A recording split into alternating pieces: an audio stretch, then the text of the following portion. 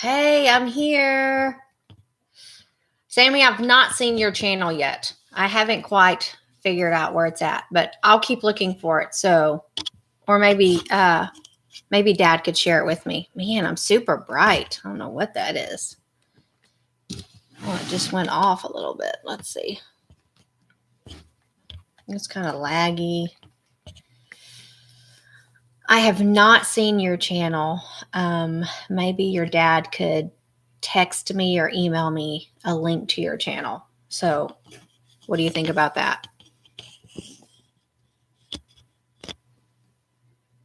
Man, that's bright. What's going on there? Oh no, maybe I'm super bright. I look like a ghost. I don't know why today. Maybe I should turn on a light in my room. Hey, Christina, how are you? Yeah, light's weird. I'm sorry. I don't know if I can even fix that. I'm just using the TV one. The computer one. So sorry if it's bad. Okay. Does it look okay to you, Christina? I don't know. It looks funny on my side. So, okay. Well, we're about to get started.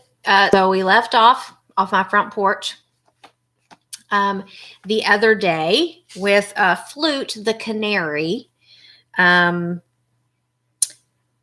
to talk to King Can the 11th, because remember, they're all dying of curiosity, right? So we're about to figure out about this King Can and what he's all about. And I got my little microphone here. We'll see if that can drown out some of this background noise, because they're watching TV in the other room and I don't want it to be too loud. So we left off with Elmer yelling at the dragon, but the dragon was too busy munching and drinking. So he's eating the cabbages and drinking the water. So here we go. King Can the 11th, chapter 6. Let's see what we can find out here, how to cure them of dying of curiosity. So it looks so funny. I don't know if it looks funny to y'all, but it looks funny to me. So here we go. Flute perched on Elmer's shoulder, and together they went to the biggest tree in the forest. Flute flew up into the branches, and Elmer heard him chirp, "Good morning, Queen Can. An old friend of mine has just arrived on the island, and I'd like to introduce him to the king." "Is that your friend down there?" asked the sleek, tiny queen suspiciously. "Yes, he let me out of the cage back in Nevergreen City. The king isn't feeling well, you know." "I know, that's why I want to introduce him to visitors. You wait here." Soon the queen flew back, all flustered. "The king will be down right away. I was really surprised. He's never been so eager to see anyone." Elmer felt flattered and quickly tucked in his shirt and straightened his cap. Suddenly, the king flew out of the branches and landed at Elmer's feet. Elmer was disappointed. The king looked just like a canary, only bigger and fluffier than the others. "This is my dear friend, Elmer Elevator," said Flute. "Hey, Reed and Caroline, how are y'all?" "Hello, won't you sit down?" said King Can the 11th. "Thank you," said Elmer, squatting down on the pine needles. So he's just a regular old canary, just a little bigger and a little fluffier. So we'll see. "It's a great honor to have you on our island," said the king. "It's a great honor to be here," said Elmer. "The queen said that Flute said that you might be able to help me." "Is that right?" asked the king. "Yes," said Elmer. "I thought perhaps I could help you find out whatever you're so curious to know, and then all the other birds wouldn't be curious to know why you're curious, and everybody would get well." Said the king. "Did you have some special plan?" "You'd have to help by telling me what's bothering you," said Elmer. "That's what I was afraid of. Why, this has been a family secret ever since my My great great great great great great great great great grandfather was a very young canary. No, I couldn't possibly tell you, snorted the King Can the 11th. Then I can't help you after all, said Elmer, getting up. I'm sorry I bothered your majesty about it. Goodbye. Elmer and Flute sadly started back through the pines. Ah, just a moment, called the king. Maybe we could work out something. I'm awfully tired of being curious. Yes, by gosh, I believe I will tell you, but don't you dare tell anyone else. I promise, said Elmer. Flute, go up and chatter with the queen, your friend, and I wish to be alone. I wonder what his secret is.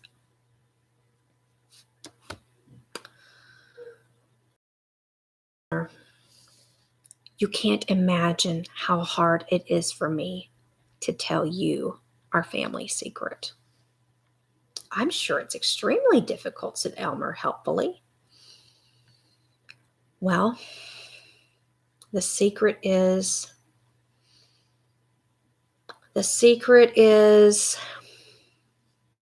oh, I can't tell you now. Could you come back at sundown?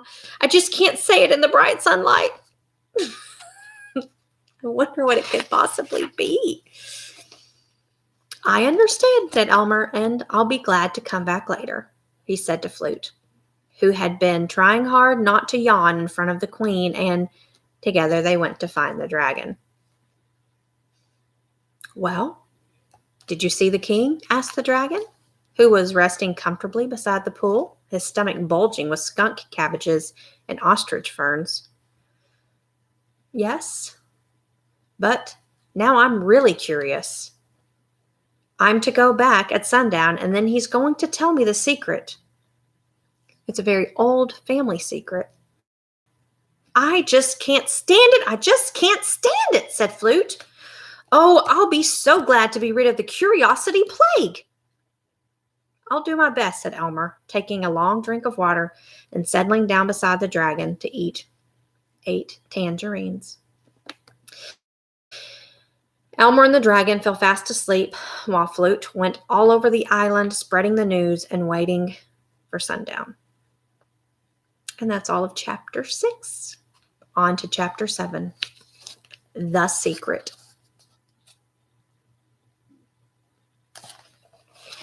Whatever could it possibly be? I can't imagine. Wake up, wake up, wake up! It's time to see the king, chirped Flute as the red sun settled over the meadow. Elmer's eyes opened and forgot for a moment where he was, and then he jumped up and put on his knapsack. I want to come too, yawned the dragon. You weren't invited, said Flute. Neither were you, Flute, come to think of it, said Elmer. Let's all go and see what happens, suggested the dragon. So off they went to see the king.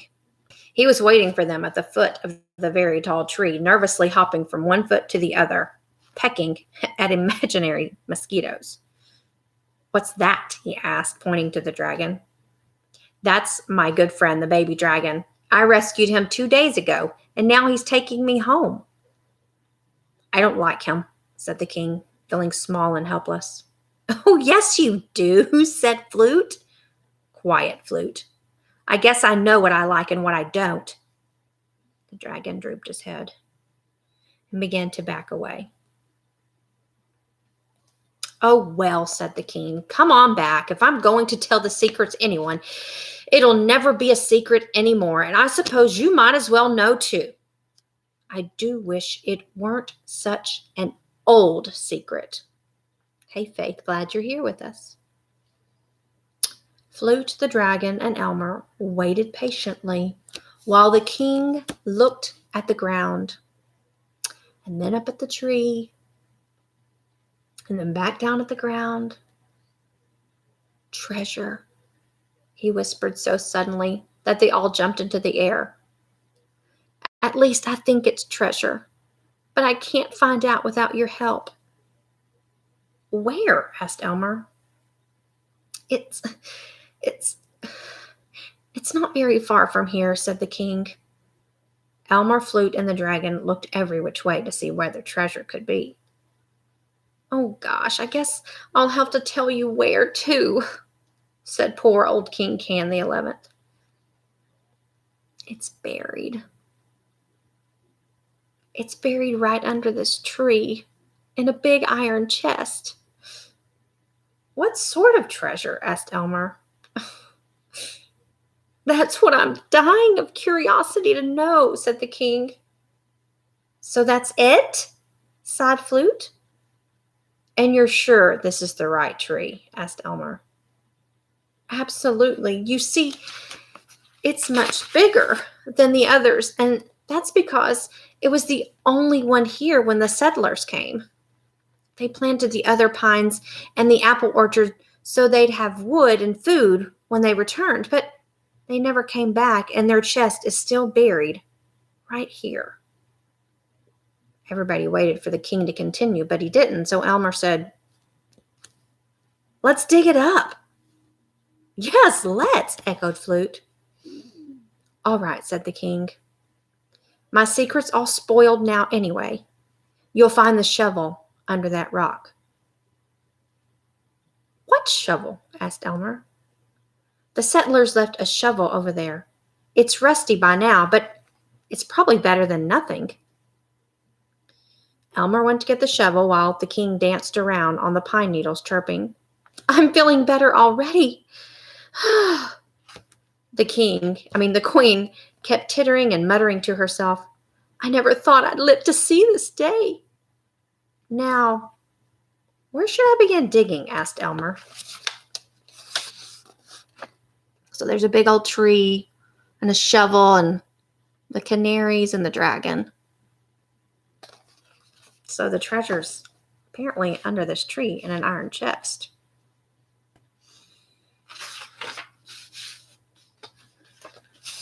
And there's the digging beginning. Canaries, dragon, Elmer. Whatever could it be? I have no idea.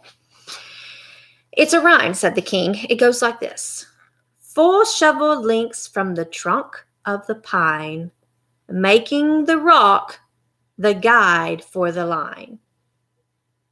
Elmer carefully measured the distance and began to dig. The dragon did his best to help, while Flute and the king and queen sat watching the hole growing deeper. By now it was dark in the pine forest, but enough moonlight filtered through the branches of the tall trees so that they could just see what they were doing. They dug for 6 hours without even hitting a root or a rock or anything like in an iron chest. "Are you certain this is the right place?" asked Elmer, tired and discouraged. "I'm positive," said the king. And just then the moon went under the clouds, and Elmer's shovel hit something with a loud clang. "The chest!" they all shouted. But it was too dark to see, and they waited so long for the moon to come out that they all went to sleep, still waiting. And that's all of chapter 7. So the shovel has just clang hit the box, and then the moon goes out of sight and they can't see anything. What a cliffhanger. I wonder, should I go along? Keep going? Chapter 8? Or wait till tomorrow? Oh dear, what shall I ever do? I guess I'll go one more chapter. Here we go. Chapter 8 is called Treasure. Yeah. Here we go. So the sun has gone down, the moon is up, and now the moon is out of sight and it's dark, but they've hit the chest. So here we go. Flute woke up and trilled so loudly that he startled the king and the queen and Elmer and the dragon wide awake. The other canaries had been up for an hour and were crowding around to see what was happening under the tree. Everybody peered into the big hole and gasped. A real treasure chest with the ring in the top. But how will we ever get it out? The king looked at Elmer, and Elmer looked at the dragon. "Dragon, do you think you could put your tail through the ring and pull up the chest?" "I'll try," said the dragon, puffing up with importance as the swarms of canaries moved aside for him. He backed up to the hole, stuck his tail down and through the ring, and pulled. Nothing happened. "Couldn't you pull harder?" suggested the king. "That's exactly what I was going to try. Just let me catch my breath," said the dragon somewhat crossly. "After all, I'm not used to lifting heavy chests with my tail."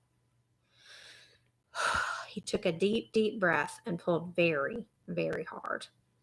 And suddenly, the chest moved. He grunted and strained and struggled and panted and slowly, slowly hoisted the chest up out of the hole.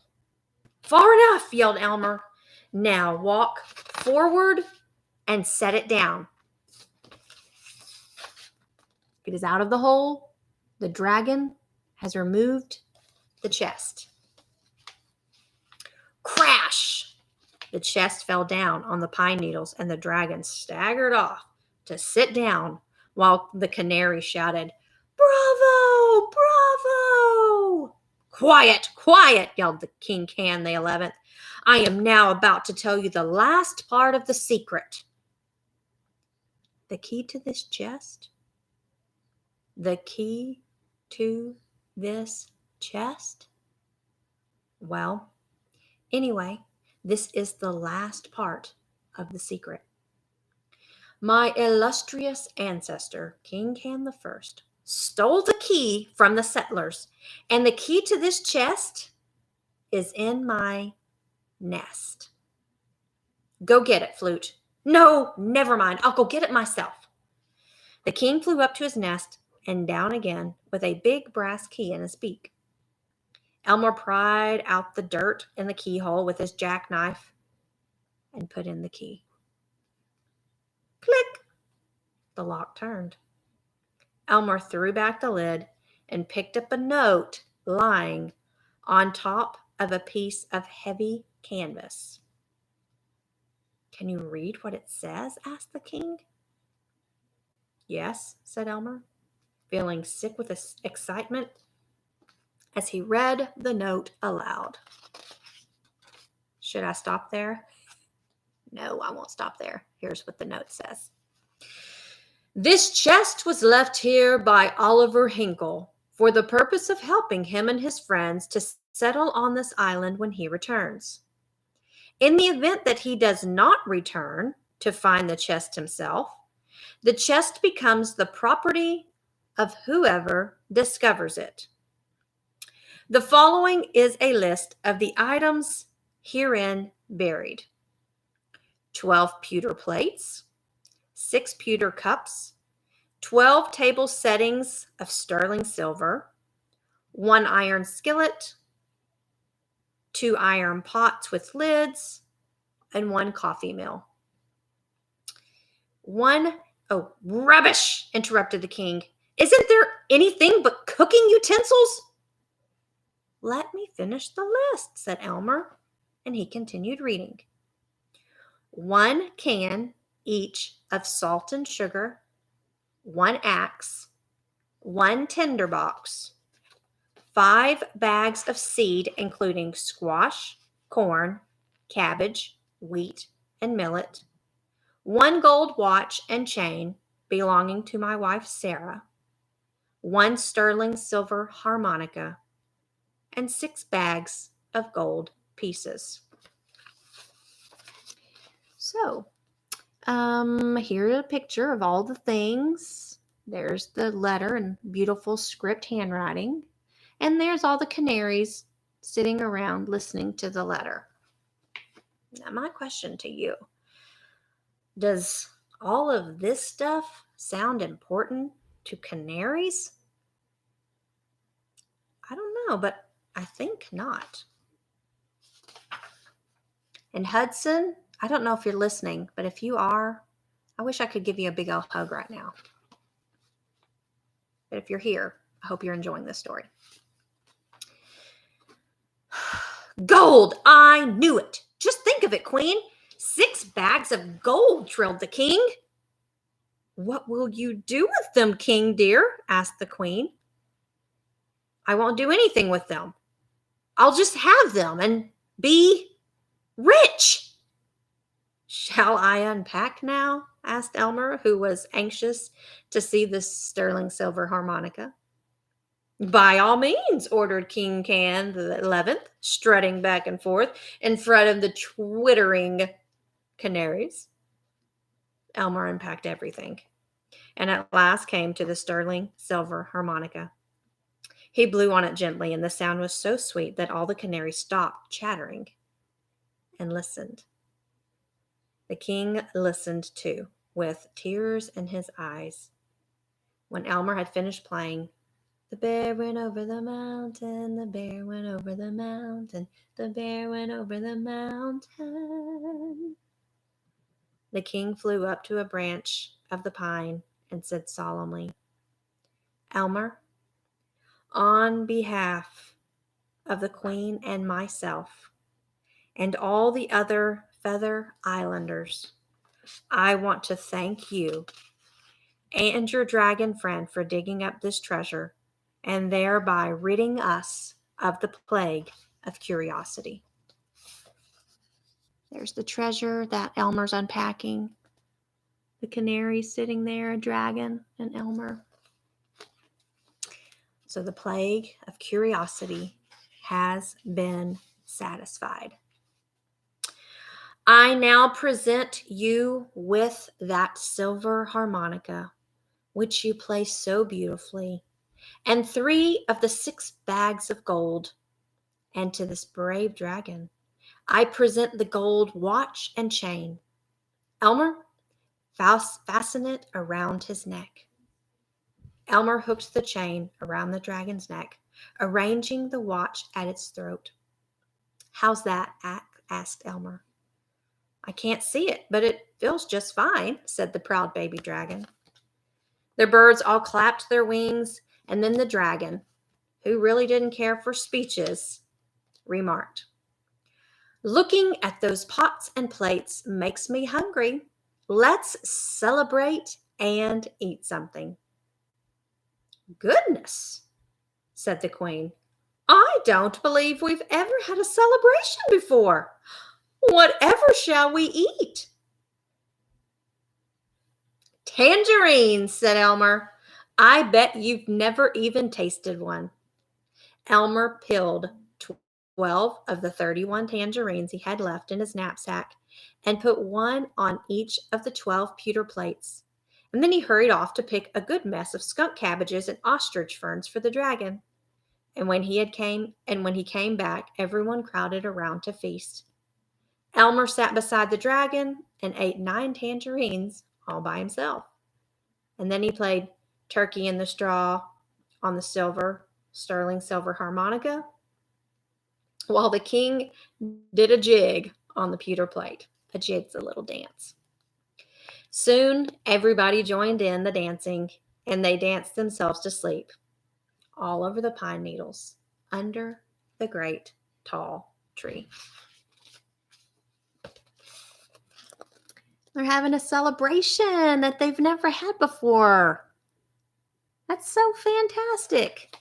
Elmer and Dragon and Flute are helping them celebrate.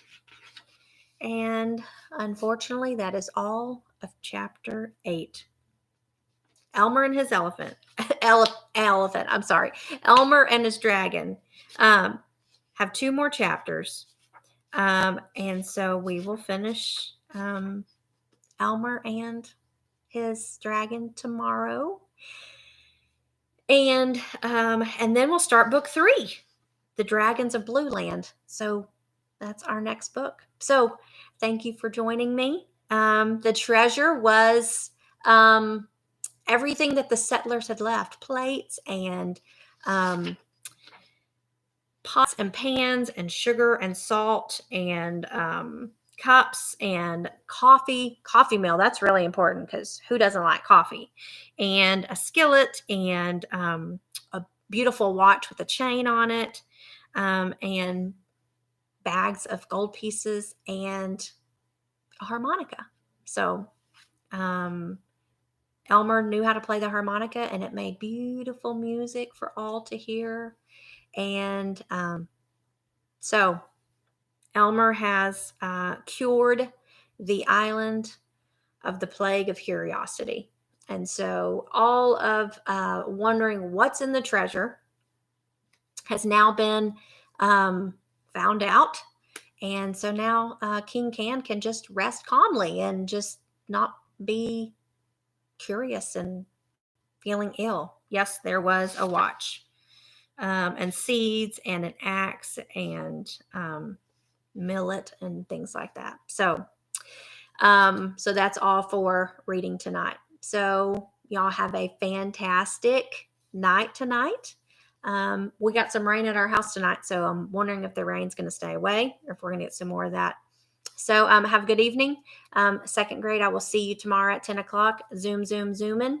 And everyone else, thanks for joining us. We'll be back tomorrow night unless something happens and I can't make it. But I love you guys. Have a good evening, and I'll see you soon. Enjoy the rest of your evening. Bye.